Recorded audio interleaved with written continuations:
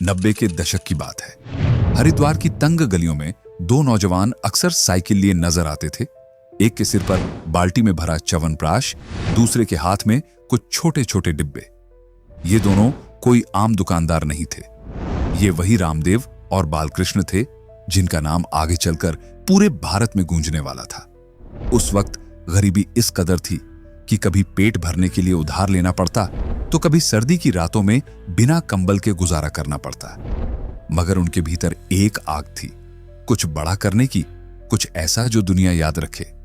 समय बीतता गया और 2000 के शुरुआती सालों में जब धार्मिक चैनलों ने टीवी पर जगह बनाई, तब दुनिया ने पहली बार देखा एक साधु जैसी शक्ल वाला योग गुरु, जिसके साथ लोगों की सांसें चल रही थी और शरीर झूम रहा था। सीधे बैठिए, अनुलोम विलोम। इससे 72 करोड़ 72 लाख 10,201 नाड़ियां शुद्ध हो जाती हैं, अष्टचक्र जागृत हो जाते हैं, 9 द्वारों पर नियंत्रण हो जाता है। टीवी स्क्रीन पर यह आवाज गूंजती और लाखों लोग अपने घरों में आसन लगाकर बैठ जाते। वो थे बाबा रामदेव। यही वो मोड़ था जब हरिद्वार की गलियों में च्यवनप्राश बेचने वाला इंसान एक ब्रांड बन गया। रामदेव की प्रसिद्धि ने मानो रातों रात इतिहास लिख डाला। उनके साथ खड़े बालकृष्ण ने आयुर्वेद की जड़ों को छू लिया और दोनों ने मिलकर जो नाम रचा वो था पतंजलि। कुछ ही सालों में पतंजलि भारत की सबसे तेजी से बढ़ती कंपनियों में शामिल हो गई। कभी जिनके पास साइकिल तक मुश्किल से थी, आज उनकी संपत्ति हजारों करोड़ों में थी। आज पतंजलि का मार्केट कैप 50 से 60 हजार करोड़ के बीच रहता है और लक्ष्य है पहले 1 लाख करोड़, फिर 5 लाख करोड़ तक ले जाना। रामदेव अक्सर कहते हैं, यह सब पुरुषार्थ से कमाया गया धन है, जिसे परमार्थ में लगाना ही असली धर्म है। सुनने में तो कहानी सीधी लगती है ना? पर नहीं, यह तो सिर्फ 1% हिस्सा है असली कहानी का। असल कहानी शुरू होती है हरियाणा के महेंद्रगढ़ जिले के एक छोटे से गांव से, सैयद अलीपुर। वहीं 1965 में एक बालक ने जन्म लिया था। नाम था रामकिशन यादव। बचपन में ही पढ़ाई के लिए उन्हें भेज दिया गया जींद जिले के गुरुकुल कालवा। वहीं उनके गुरु आचार्य बलदेव ने उन्हें नया नाम दिया, रामदेव। और यहीं शुरू हुई उस लड़के की यात्रा जो आगे चलकर बाबा रामदेव के नाम से पूरी दुनिया में जाना गया। इसी गुरुकुल में उनकी मुलाकात हुई एक नेपाली ब्राह्मण लड़के से, बालकृष्ण। दोनों की दोस्ती ऐसी हुई कि मानो जन्म जन्मांतर का नाता हो। और जब गुरुकुल की पढ़ाई खत्म हुई तो बालकृष्ण अपने पिता के पास लौट आए। हरिद्वार में ही बालकृष्ण की मुलाकात हुई आचार्य कर्मवीर से, एक ऐसे इंसान से जिनके सपनों में योग और भारत की आध्यात्मिक शक्ति का पुनर्जन्म बसता था। उनके पिता ट्रांसपोर्ट का बड़ा कारोबार करते थे, लेकिन कर्मवीर ने पैसे की राह छोड़कर संन्यास का मार्ग चुना। 1988 में वो हरिद्वार आए और गुरुकुल कांगड़ी विश्वविद्यालय से योग में पोस्ट ग्रेजुएशन करने लगे। कहा जाता है कि उन्हीं की कोशिशों से 1991 में वहां योग की डिग्री शुरू हुई थी। इधर कुछ वक्त बाद रामदेव भी बालकृष्ण के पास हरिद्वार पहुंच गए और कर्मवीर के साथ रहने लगे। वहीं कर्मवीर ने दोनों को सिखाया कि कैसे एक भीड़ के सामने योग सिखाया जाता है, कैसे सांस की लय के साथ मन को जोड़ा जाता है। इन्हीं दिनों इन तीनों की मुलाकात हुई गुरु शंकर देव से, जो हरिद्वार के कृपालु बाग आश्रम में रहते थे और जिनके पास थोड़ी बहुत जमीन भी थी। तीनों ने मिलकर एक नई शुरुआत की। कणखल के त्रिपुरा योग आश्रम में उन्होंने च्यवनप्राश बनाना शुरू किया। वही च्यवनप्राश जिसे रामदेव और बालकृष्ण साइकिल पर रखकर हरिद्वार की गलियों में बेचने निकलते थे। वक्त था 1993 से 1995 के बीच। धीरे धीरे उन्हें लगा कि अब अपने काम को बड़े स्तर पर करना चाहिए। फिर आया वो दिन, 5 जनवरी 1995। उसी दिन तीनों ने मिलकर दिव्य योग मंदिर ट्रस्ट का पंजीकरण कराया। गुरु शंकर देव बने ट्रस्ट के संरक्षक, रामदेव बने अध्यक्ष, आचार्य कर्मवीर उपाध्यक्ष और आचार्य बालकृष्ण महामंत्री। मकसद था योग और प्राणायाम की ताकत को लोगों तक पहुंचाना। अब रामदेव मंचों पर भीड़ के साथ योग कराने लगे, जबकि बालकृष्ण पूरी तरह आयुर्वेद की दवाओं के रिसर्च में लग गए। इसी ट्रस्ट के अंदर कृपालु आश्रम में शुरू हुई दिव्य फार्मेसी, जिसने आगे चलकर पतंजलि की नींव रखी। आश्रम के बीचों बीच एक टिन की छत के नीचे कुछ साधारण लकड़ी की टेबलें रखी गईं। वहीं से शुरू हुई दिव्य फार्मेसी की पहली यूनिट। न मशीनें थीं, न बड़ी इमारतें, बस कुछ पुराने औजार, कुछ कांच की शीशियां और कुछ आयुर्वेदिक डॉक्टर जो एक बड़े से कमरे में बैठकर लोगों का इलाज करते थे। धीरे धीरे आसपास के गांवों से मरीज आने लगे। कोई जोड़ों के दर्द से परेशान था, कोई सांस की बीमारी से। हर कोई कहता बाबा के नुस्खे से फर्क पड़ रहा है। और इसी तरह उस छोटे से टिन शेड के नीचे जन्म ले रही थी एक ऐसी ताकत जो आने वाले वक्त में अरबों खरबों में खेलने वाली थी। रामदेव और बालकृष्ण की किस्मत मानो करवट ले रही थी। धीरे धीरे फार्मेसी की कमाई बढ़ने लगी और अब उनके पास सिर्फ उम्मीदें नहीं, पूंजी भी थी। इसी बीच रामदेव का परिवार भी हरिद्वार आकर बस गया। उनके भाई राम भरत, जो पैसों के लेन देन में माहिर थे, अब पूरे वित्तीय कामकाज के जिम्मेदार बन गए। कृपालु आश्रम अब सिर्फ योग का केंद्र नहीं रहा, बल्कि एक व्यस्त औद्योगिक स्थल बन चुका था, जहां दिन रात काम चलता था। रामदेव की साइकिल पहले बजाज चेतक स्कूटर में बदली, फिर एक सफेद जिप्सी में, और कुछ सालों में वो एक मारुति कार में घूमने लगे। उधर कर्मवीर और रामदेव के योग कैंप में भीड़ उमड़ने लगी। लोग सुबह 4 बजे से लाइन में लग जाते, बस एक झलक देखने और प्राणायाम सीखने के लिए। दूसरी ओर दुनिया में योग पहले से ही पहचान बना चुका था। अमेरिका और यूरोप में इंडियन योग गुरुओं की डिमांड थी, और अब भारत में रामदेव उसी विरासत को एक देसी रूप में आम आदमी तक पहुंचा रहे थे। पत्रकार कौशिक डेका अपनी किताब द बाबा रामदेव फेनोमेनॉन में लिखते हैं कि 2002 तक बाबा की लोकप्रियता दिल्ली के राजनीतिक गलियारों तक पहुंच चुकी थी। उसी साल दिल्ली में उन्होंने 10,000 लोगों का योग कैंप किया, जिसमें तत्कालीन मुख्यमंत्री साहिब सिंह वर्मा और अटल बिहारी वाजपेयी सरकार के केंद्रीय मंत्री मुरली मनोहर जोशी भी शामिल हुए।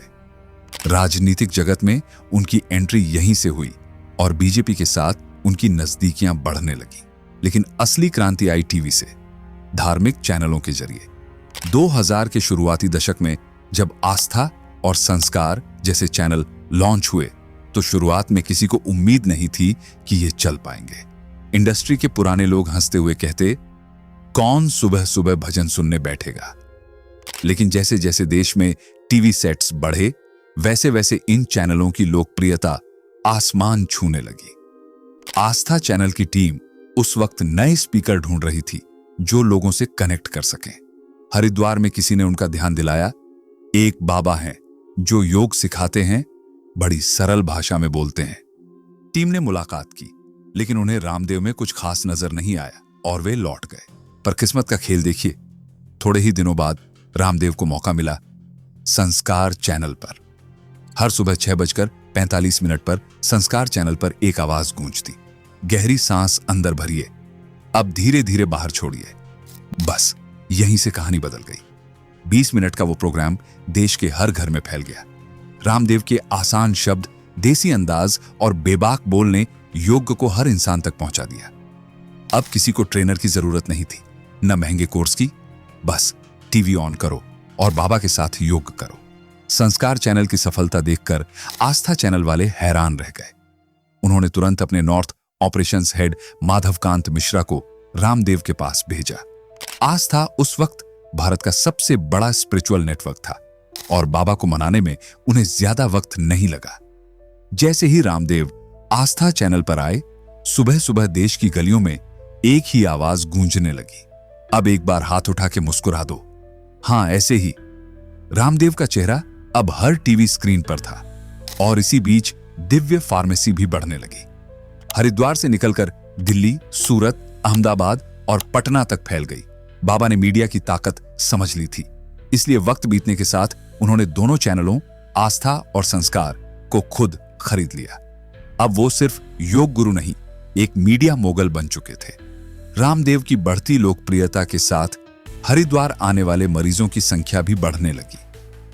इलाज फ्री है, ये बात तो कही जाती थी, पर दवा सिर्फ दिव्य फार्मेसी से ही मिलती थी और कई बार कीमत बाजार की दवाइयों से भी ज्यादा होती थी। लेकिन लोगों को फर्क नहीं पड़ता था। क्योंकि अब बाबा रामदेव सिर्फ एक योग शिक्षक नहीं रहे थे, वो बन चुके थे भरोसे का प्रतीक।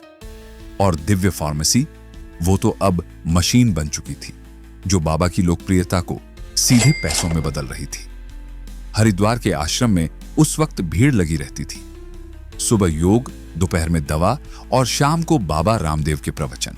उन दिनों बाबा के एक प्रोडक्ट की खूब चर्चा थी। ये जो जिनको नींद नहीं आती तो मेधावटी के बारे में बताओ, 2-2 गोली मेधावटी की खा लो।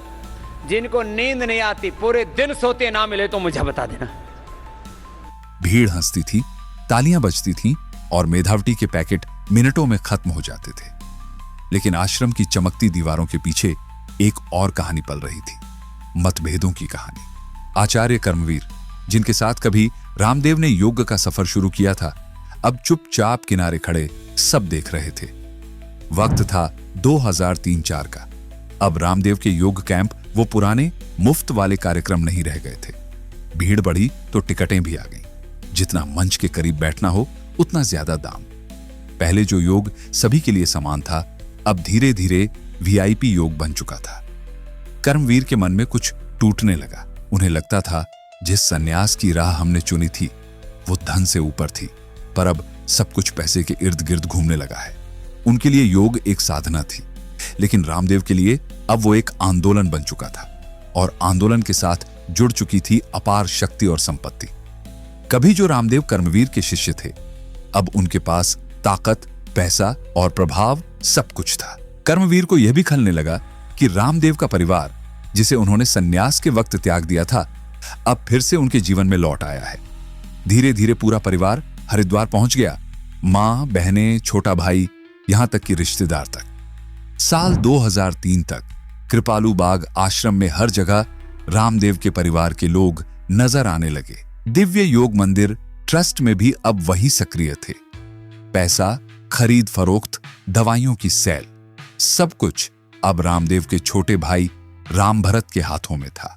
कर्मवीर कहते थे, सन्यास का पहला नियम है परिवार और धन दोनों का त्याग। मगर यहां तो दोनों वापस लौट आए और फिर वही हुआ जो होना था। 25 मार्च 2005 जब पूरा देश होली के रंगों में डूबा था, आचार्य कर्मवीर चुपचाप कृपालू बाग आश्रम छोड़कर चले गए। न कोई विदाई, न कोई सामान, बस एक सन्यासी का मौन। और फिर वो कभी वापस नहीं लौटे। उधर बाबा रामदेव की दिव्य फार्मेसी का नाम अब देश विदेश तक फैल चुका था। हरिद्वार में दिन भर भक्तों और मरीजों का तांता लगा रहता। विदेशों से लोग इलाज के लिए आने लगे। योग कैंपों में अब सिर्फ आसन नहीं सिखाए जाते थे, वहां दवाइयां लाखों की बिकती थी। पर हैरान कर देने वाली बात यह थी कि साल 2004 और 5 के टैक्स रिकॉर्ड में दिव्य फार्मेसी ने अपनी साल भर की बिक्री सिर्फ 67,000 रुपए दिखाई। सिर्फ 67,000। यह आंकड़ा इतना छोटा था कि टैक्स डिपार्टमेंट तक चौंक गया। तहलका मैगजीन ने इस पर एक बड़ी रिपोर्ट छापी, जिसमें खुलासा हुआ कि दिव्य फार्मेसी की असल बिक्री इस आंकड़े से कहीं ज्यादा थी। उत्तराखंड के कॉमर्स डिपार्टमेंट को शक हुआ कि कुछ गड़बड़ है। उन्होंने हरिद्वार के डाकघरों से डेटा मंगवाया और वहां जो पता चला उसने सबको हिला दिया। फार्मेसी ने उस साल 3,353 पार्सल्स भेजे थे, जिनमें करीब 2,509 किलो माल बाहर गया था। इसके अलावा 13,13,000 रुपए के वीपीपी पार्सल और 17,500 रुपए के मनी ऑर्डर भी आए थे। दिव्य फार्मेसी पर जब सेल्स टैक्स विभाग ने दस्तक दी तो पहली बार बाबा रामदेव के साम्राज्य की दीवारें हिलती दिखी। उस वक्त छापा मारने वाले तत्कालीन डिप्टी कमिश्नर जगदीश राणा ने तहलका मैगजीन से कहा था, हम भी रामदेव जी के काम की इज्जत करते थे, लेकिन एक अफसर के तौर पर जब दस्तावेज देखे तो मामला साफ था, यहां चोरी हुई है। राणा के मुताबिक यह कोई छोटी मोटी गड़बड़ी नहीं थी, यह करीब 5 करोड़ रुपए की सेल्स टैक्स चोरी का मामला था। तहलका की रिपोर्ट सामने आते ही हड़कंप मच गया। उत्तराखंड के उस समय के राज्यपाल सुदर्शन अग्रवाल इस कार्रवाई से नाराज हो गए। उन्होंने तुरंत सरकार से छापे की पूरी रिपोर्ट तलब की। जवाब में राज्य के chief finance secretary Indu Kumar Pandey ने अपने पत्र में लिखा कि कार्रवाई पूरी तरह निष्पक्ष और जरूरी थी। वहीं मुख्यमंत्री नारायण दत्त तिवारी ने भी इस रिपोर्ट के साथ अपनी टिप्पणी जोड़ते हुए कहा, जो हुआ सही हुआ, लेकिन सिस्टम में सब कुछ काले सफेद में नहीं लिखा होता। तहलका की रिपोर्ट कहती है कि इस छापे के बाद डिप्टी कमिश्नर जगदीश राणा पर जबरदस्त दबाव बनाया गया, इतना कि उन्हें 4 साल पहले ही रिटायरमेंट लेना पड़ा। उसके बाद से ना तो किसी ने दिव्य फार्मेसी पर और ना ही बाबा रामदेव के किसी ट्रस्ट पर कभी छापा मारा।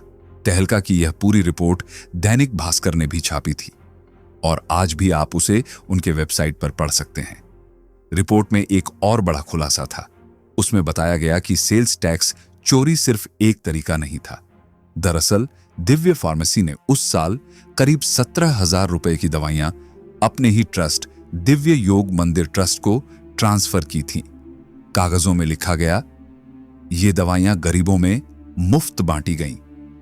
लेकिन कमर्शियल टैक्स डिपार्टमेंट के अफसरों ने तहलका को बताया कि असलियत में ये दवाइयां वहीं कनखल स्थित ट्रस्ट से बेची जा रही थीं।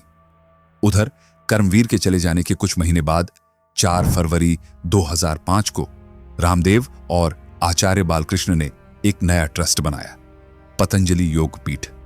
अब कहानी नए मोड़ पर थी। बाबा के योगा कैंप जो कभी सबके लिए मुफ्त थे, अब टिकट वाले हो चुके थे। कैंप में बैठना है, जितना मंच के पास बैठना चाहो उतना पैसा दो। रामदेव ने एंट्री फीस 500 से 2,000 रुपए तक रख दी। एक एक कैंप में 8 से 10,000 लोग आते और 7 दिन का कैंप चलता, यानी एक कैंप से ही 2 करोड़ रुपए से ज्यादा की कमाई। और अब इन कैंपों में आने लगे नेता, फिल्म स्टार और बिजनेस टाइकून। एक सन्यासी अब एक ब्रांड बन चुका था, पर इस समृद्धि का स्वाद सबको नहीं मिला। अप्रैल 2005 में रामदेव की फार्मेसी के 115 मजदूरों ने वेतन और काम के हालात सुधारने की मांग की। जवाब में उन्हें नौकरी से निकाल दिया गया। मजदूरों ने आरोप लगाया कि फार्मेसी की कुछ दवाइयों में इंसानों और जानवरों की हड्डियां इस्तेमाल की जा रही हैं, जो उनके लिए अपवित्रता का काम था। मामला यहीं से और तूल पकड़ गया। मैदान में उतरी कम्युनिस्ट नेता वृंदा करात। उनके आने के बाद विवाद एकदम बदल गया। अब यह मजदूरों की लड़ाई नहीं रही, बल्कि बन गया वृंदा करात बनाम बाबा रामदेव। तब उत्तराखंड, जिसे उस वक्त उत्तरांचल कहा जाता था, में कांग्रेस की सरकार थी और मुख्यमंत्री थे एन.डी. तिवारी। सरकार ने जांच करवाई और हेल्थ सेक्रेटरी एस. राजू ने कहा, हमने जांच की पर कोई सबूत नहीं मिला कि दवाओं में मानव खोपड़ी का इस्तेमाल हुआ। रामदेव ने इस आरोप को कॉरपोरेट कंपनियों की साजिश बताया और कहा, वृंदा करात विदेशी कंपनियों के इशारे पर काम कर रही हैं। मीडिया में यह मामला धुआंधार चला। एक तरफ थे वामपंथी नेता, दूसरी तरफ पूरा पॉलिटिकल सिस्टम बाबा के साथ खड़ा दिखा।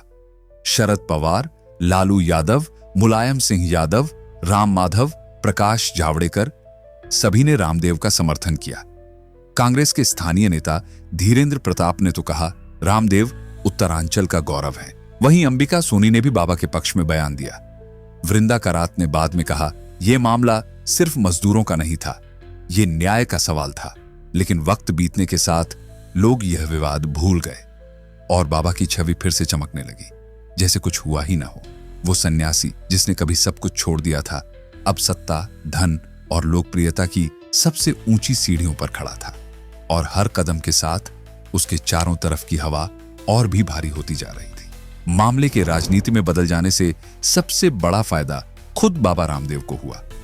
जो लड़ाई मजदूरों के हक और वेतन की थी, वो अब वृंदा करात बनाम रामदेव और एमएनसीज बनाम सनातन धर्म की बहस बन चुकी थी। मीडिया की सुर्खियों में अब मजदूरों की नहीं, बाबा की गूंज थी। और इस पूरी उठापटक में दुनिया ने पहली बार महसूस किया, रामदेव अब सिर्फ योग गुरु नहीं रहे, वे सत्ता के गलियारों में अपनी जगह बना चुके हैं। उन्हें छूना अब आसान नहीं था। इसी दौरान जनवरी 2006 में रामदेव के सबसे करीबी साथी आचार्य बालकृष्ण ने एक बड़ा कदम उठाया, पतंजलि आयुर्वेद प्राइवेट लिमिटेड की स्थापना। इस कंपनी में 90% हिस्सेदारी बालकृष्ण की थी और बाकी 10% उनके सहयोगी स्वामी मुक्तानंद के पास। यह वही बीज था जिसने आगे चलकर एक ऐसे साम्राज्य को जन्म दिया जो आने वाले वक्त में भारत की सबसे बड़ी स्वदेशी ब्रांडों में शामिल हुआ। साल 2006 से शुरू हुई यह यात्रा रफ्तार पकड़ने लगी। कुछ ही सालों में बालकृष्ण 37 कंपनियों के डायरेक्टर बन गए। उधर टीवी पर बाबा रामदेव की लोकप्रियता आसमान छू रही थी। उनके योग शिविर अब लाखों लोगों की आस्था का केंद्र बन गए थे। सुबह सुबह चैनल ऑन करते ही लोगों को स्क्रीन पर भगवा कपड़ों में बैठा एक साधु दिखता और लाखों लोग उनके साथ सांसें लेते, योग करते और उम्मीद करते कि उनकी बीमारी का इलाज अब मिल जाएगा।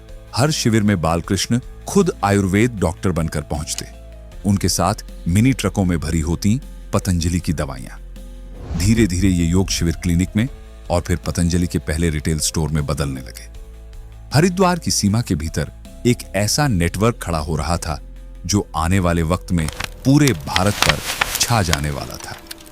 18 मार्च 2006 जब रामदेव पहली बार बिहार पहुंचे तो गांधी मैदान में लगभग 55,000 लोग एक साथ योग करने के लिए उमड़ पड़े। देखो बाबा आ गए, भीड़ में यह आवाज गूंजती थी। उस दिन के टाइम्स ऑफ इंडिया की रिपोर्ट के मुताबिक बाबा के साथ हरिद्वार से 50 वैद्य और डॉक्टर पहुंचे थे। कैंप में सिर्फ योग नहीं बल्कि पंचगव्य और आयुर्वेदिक दवाइयों की बिक्री भी होती थी।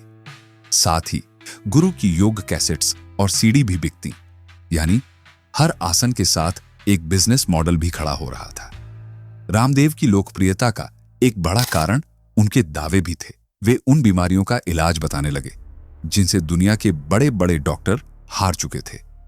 दिसंबर 2006 में बाबा ने दावा किया, हम एड्स का भी इलाज कर सकते हैं।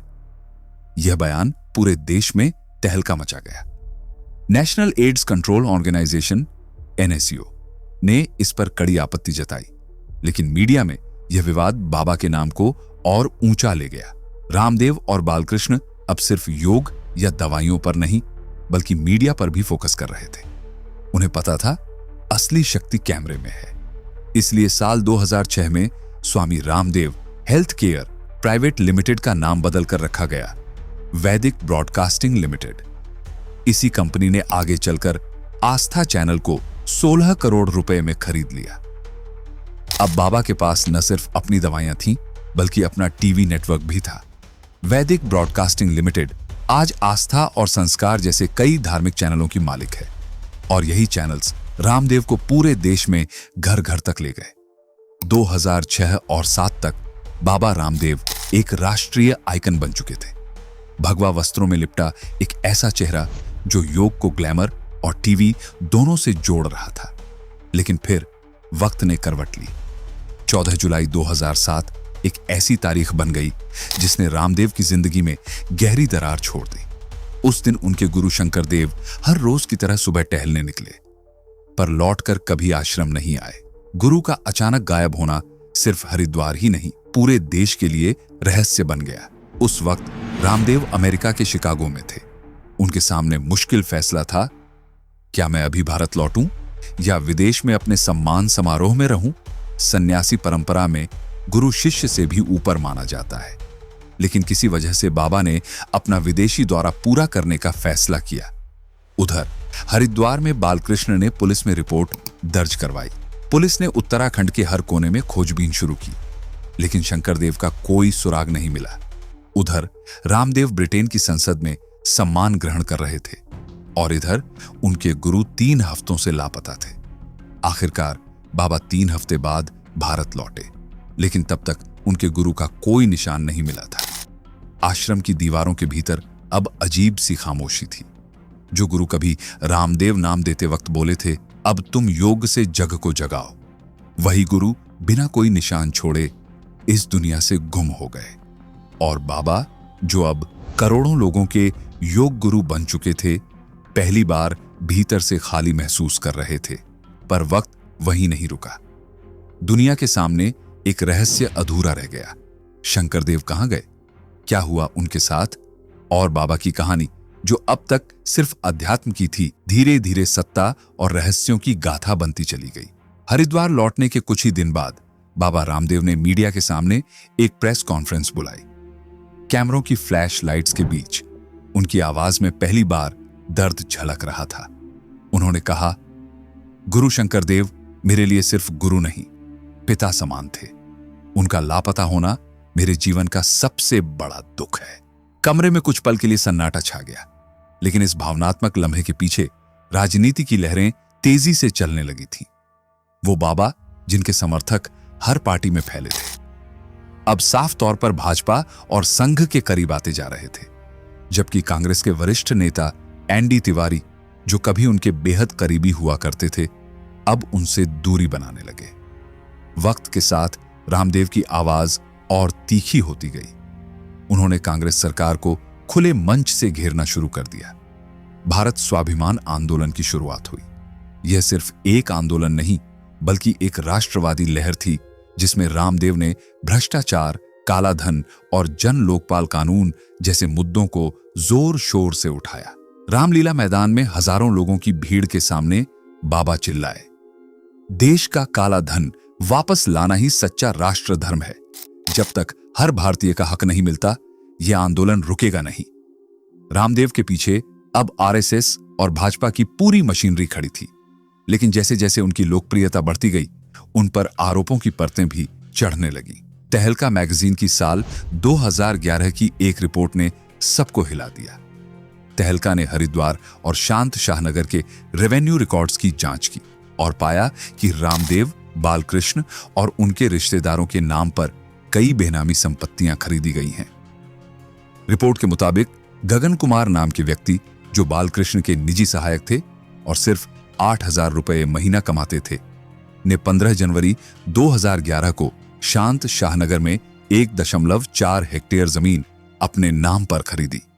रजिस्ट्री में कीमत सिर्फ 35 लाख दिखाई गई, जबकि असली बाजार भाव करीब 5 करोड़ का था। एक साल पहले 14 मई 2010 उसी गगन कुमार ने रुड़की तहसील के बावली कलंजरी गांव में एक और जमीन खरीदी, जिसकी वैल्यू रजिस्ट्री में 1 करोड़ 37 लाख बताई गई, लेकिन मार्केट प्राइस 15 करोड़ से कम नहीं थी। सवाल बड़ा था, आखिर 8,000 महीना कमाने वाले गगन कुमार के पास करोड़ों की जमीन खरीदने के पैसे कहां से आए? यह सवाल मीडिया से लेकर संसद तक गूंज उठा। उधर अक्टूबर 2012 में एक और बड़ा मोड़ आया। केंद्र सरकार ने सीबीआई को बाबा रामदेव के गुरु शंकरदेव के लापता होने की जांच सौंप दी। यह वही वक्त था जब बाबा कांग्रेस सरकार के खिलाफ देश भर में अभियान चला रहे थे और कांग्रेस भी जवाबी वार में जुटी थी।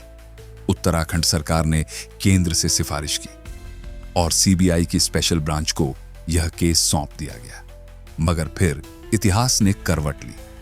मई 2014 देश की सत्ता बदल गई। नरेंद्र मोदी प्रधानमंत्री बने। सत्ता बदलते ही सीबीआई ने उत्तराखंड कोर्ट में क्लोजर रिपोर्ट दाखिल कर दी। रामदेव ने इस पर मीडिया से कहा, 2-2.5 घंटे में जो मुझसे पूछा गया सब बताया। गुरुजी अजात शत्रु थे, किसी के खिलाफ कभी द्वेष नहीं रखा। उनकी गुमशुदगी की जांच उस वक्त की पुलिस ने की, बाद में कांग्रेस सरकार आई और क्लोजर रिपोर्ट लगा दी। हिंदुस्तान टाइम्स की रिपोर्ट में सीबीआई के एक अधिकारी के हवाले से लिखा गया कि यह साबित नहीं हो सका कि गुरु शंकरदेव को किसी ने गलत इरादे से अगवा किया था, लेकिन उसी रिपोर्ट में विश्लेषकों का कहना था कि सरकारी एजेंसियां बाबा रामदेव जैसे प्रभावशाली लोगों पर नरमी बरत रही हैं, क्योंकि उनके रिश्ते सत्ता के शीर्ष तक हैं। आखिरकार गुरु शंकरदेव के लापता होने का केस वहीं बंद कर दिया गया। कोई सबूत नहीं, कोई गवाह नहीं, कोई जवाब नहीं। सालों बाद भी सवाल वही रहा, गुरु कहां गए? सीबीआई की क्लोजर रिपोर्ट में यह साफ लिखा गया, रामदेव और आचार्य बालकृष्ण का इस गुमशुदगी से कोई लेना देना नहीं है, लेकिन जनता के मन में वो रहस्य आज भी जिंदा है। वो गुरु जिसने एक युवा सन्यासी को रामदेव बनाया, क्या वाकई हवा में गुम हो गया या फिर कहीं ऐसी परत के पीछे दफन हो गया जहां से सच कभी बाहर नहीं आया? गुरु शंकरदेव के लापता होने वाले केस से जैसे ही बाबा रामदेव पूरी तरह बाहर निकले, वक्त ने करवट ली। साल 2014 में केंद्र में नरेंद्र मोदी की सरकार आई और उसके बाद जैसे पतंजलि की किस्मत पर किसी ने सोने की परत चढ़ा दी। हर दिन, हर हफ्ते, हर साल रामदेव का पतंजलि ग्रुप रॉकेट की स्पीड से बढ़ने लगा। फोर्ब्स मैगजीन की साल 2016 की एक रिपोर्ट में लिखा गया, हरिद्वार के बाहर बने 150 एकड़ के पतंजलि मैन्युफैक्चरिंग कॉम्प्लेक्स से रोज करीब 300 ट्रक निकलते हैं। उन ट्रकों में भरे होते हैं हर्बल जूस, कैंडी, टूथपेस्ट, साबुन, आटा, मसाले और तरह तरह की आयुर्वेदिक दवाइयां। रामदेव उस वक्त खुले मंच से कहते थे, ये सिर्फ दवाइयां नहीं है, ये भारत की मिट्टी की खुशबू है। विदेशी कंपनियों को अब हमारे देश की ताकत दिखेगी। फोर्ब्स के अनुसार साल 2012 से 2016 के बीच पतंजलि का रेवेन्यू करीब 10 गुना बढ़ा और $758 मिलियन तक पहुंच गया। यह वही वक्त था जब रामदेव के साथी आचार्य बालकृष्ण भारत के नए अरबपतियों की लिस्ट में शामिल हो गए। और यहां से शुरू हुआ वह दौर जब पतंजलि का साम्राज्य दिन में भी बढ़ा और रात में भी। पत्रकार कौशिक डीका ने अपनी किताब द बाबा रामदेव फिनोमेनन में लिखा कि साल 2009 में सिर्फ 13 करोड़ की कंपनी पतंजलि साल 2010 में 317 करोड़, 2011 में 450 करोड़, 2012 में 849 करोड़, 2013 में 1191 करोड़, 2014 में 6000 करोड़ और 2015 में 10,000 करोड़ के पार पहुंच गई। और जब साल 2022 आया तो पतंजलि ने 45,000 करोड़ का रेवेन्यू छू लिया। बीच के कुछ साल छोड़ दें तो कंपनी का रेवेन्यू हर साल पिछले साल से डबल हुआ। ये ग्रोथ किसी जादू से कम नहीं लगती थी, लेकिन हर बड़े साम्राज्य की तरह यहां भी सवाल उठने लगे। पतंजलि पर गड़बड़झाले और नियमों के उल्लंघन के आरोप लगने शुरू हुए। इंडियन एक्सप्रेस की एक इन्वेस्टिगेटिव रिपोर्ट ने मसूरी के जॉर्ज एवरेस्ट एस्टेट मामले को उजागर किया, एक ऐसा केस जिसने सबका ध्यान खींच लिया। जॉर्ज एवरेस्ट एस्टेट कोई आम जगह नहीं थी। इसे साल 1832 में भारत के surveyor general sir George Everest ने बनवाया था। उत्तराखंड सरकार ने इस ऐतिहासिक जगह को एक हेरिटेज म्यूजियम में तब्दील करने के लिए एशियन डेवलपमेंट बैंक से 23 करोड़ 50 लाख रुपए का लोन लिया था। इस प्रोजेक्ट में 142 एकड़ जमीन भी शामिल थी। फिर दिसंबर 2022 में उत्तराखंड टूरिज्म बोर्ड ने यहां एडवेंचर टूरिज्म को प्रमोट करने के लिए एक टेंडर निकाला। टेंडर के मुताबिक जो कंपनी सबसे ऊंची बोली लगाएगी उसे 15 साल के लिए 122 एकड़ जमीन, पार्किंग, हेलीपैड, कैफे, 2 म्यूजियम, 5 लकड़ी के हट्स और 1 ऑब्जर्वेटरी का संचालन अधिकार मिलेगा। 3 कंपनियों ने बोली लगाई। पहली थी प्रकृति ऑर्गेनिक्स इंडिया, जिसने 51 लाख रुपए की बोली लगाई। दूसरी थी भरवा एग्री साइंस, जिसने 65 लाख रुपए की पेशकश की। और तीसरी थी राजस एरोस्पोर्ट्स, जिसने सबसे ऊंची बोली 1 करोड़ रुपए की लगाई। जाहिर है टेंडर राजस एरोस्पोर्ट्स को दे दिया गया, लेकिन जब धीरज मिश्रा और ऐश्वर्या राज ने इंडियन एक्सप्रेस के लिए इन कंपनियों की गहराई से जांच की तो नतीजा चौंकाने वाला था। रिपोर्ट में खुलासा हुआ कि ये तीनों कंपनियां दरअसल एक ही मालिक की थीं, और वो मालिक थे आचार्य बालकृष्ण। रिपोर्ट के मुताबिक प्रकृति ऑर्गेनिक्स इंडिया प्राइवेट लिमिटेड और भरवा एग्री साइंस प्राइवेट लिमिटेड में बालकृष्ण के पास 99% से ज्यादा शेयर थे, और तीसरी company Rajas aerosports and adventures private limited में बिडिंग के समय 25% स्टेक खुद बालकृष्ण के पास थे। मतलब पूरा खेल अंदर से सेट था। 3 कंपनियां, 3 नाम, लेकिन मालिक एक। अब सवाल उठता है, क्या यह महज संयोग था या फिर एक प्लान्ड मूव ताकि सरकारी जमीन पर निजी बिजनेस का झंडा फहराया जा सके?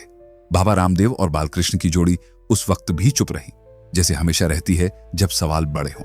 रामदेव ने बस इतना कहा, हम देश का पैसा देश में रखते हैं, हमारा उद्देश्य राष्ट्र निर्माण है, विवाद नहीं। लेकिन रिपोर्ट्स बोलती रहीं, सुर्खियां बनती रहीं और जनता सोचती रही, क्या पतंजलि की उड़ान सिर्फ योग और आयुर्वेद की वजह से थी या फिर सत्ता के आशीर्वाद ने उसे आसमान तक पहुंचा दिया? लेकिन कहानी यहीं खत्म नहीं होती। असली ट्विस्ट तो टेंडर मिलने के कुछ महीनों बाद आया, जब पता चला कि आचार्य बालकृष्ण की हिस्सेदारी अब 70% के करीब हो चुकी है। यानी साफ था, तीनों कंपनियां चाहे नाम अलग अलग थे मगर मालिक एक ही था। बाबा रामदेव का सबसे भरोसेमंद साथी आचार्य बालकृष्ण। टेंडर की शर्तें बिल्कुल साफ थीं। बोली लगाने वाली कंपनियों का आपस में कोई रिश्ता नहीं होना चाहिए ताकि नीलामी ईमानदारी से हो सके। लेकिन जब यह खुलासा हुआ कि तीनों कंपनियां एक ही ग्रुप से जुड़ी हैं, तो उम्मीद थी कि सरकार टेंडर को रद्द कर देगी। मगर हुआ इसका उल्टा।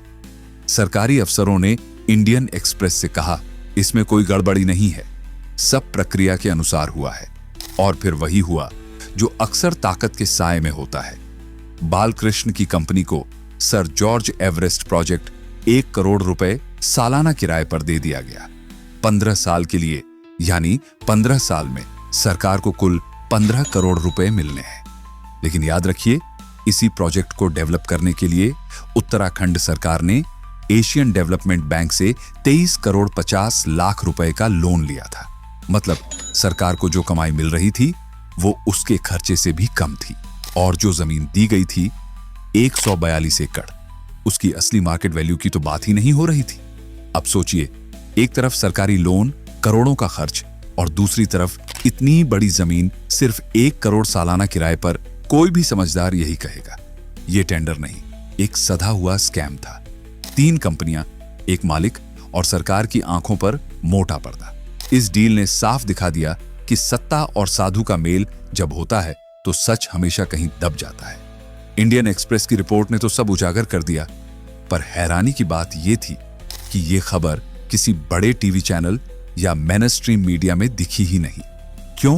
क्योंकि वही मीडिया जिसे सच्चाई बोलनी थी आज पतंजलि के विज्ञापनों से चलती है। जब विज्ञापन करोड़ों के हों तो सच की कीमत अपने आप कम हो जाती है।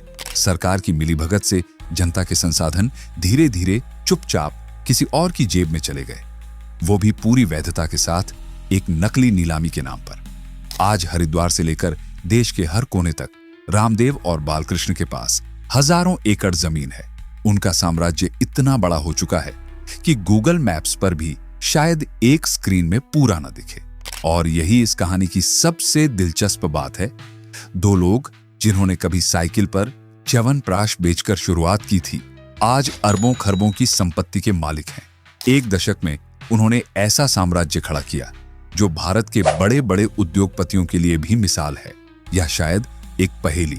और जब आप इस कहानी के आखिर में खड़े होकर पीछे देखते हैं तो सवाल उठता है, क्या यह सफलता योग और आयुर्वेद की जीत है या सत्ता और पैसे के खेल की कहानी? क्योंकि कभी कभी च्यवनप्राश बेचने वाला ही पूरे सिस्टम को बेच देता है। रिवीलिंग आइज, हम सिर्फ कहानियां नहीं बताते, हम वो सच दिखाते हैं जो आंखों से नहीं नीयत से छिपाया जाता है। अगर आपने यहां तक सुना है तो बस याद रखिए, हर बड़ी सफलता के पीछे एक अनकही कहानी जरूर होती है और उसे उजागर करना ही हमारा धर्म है।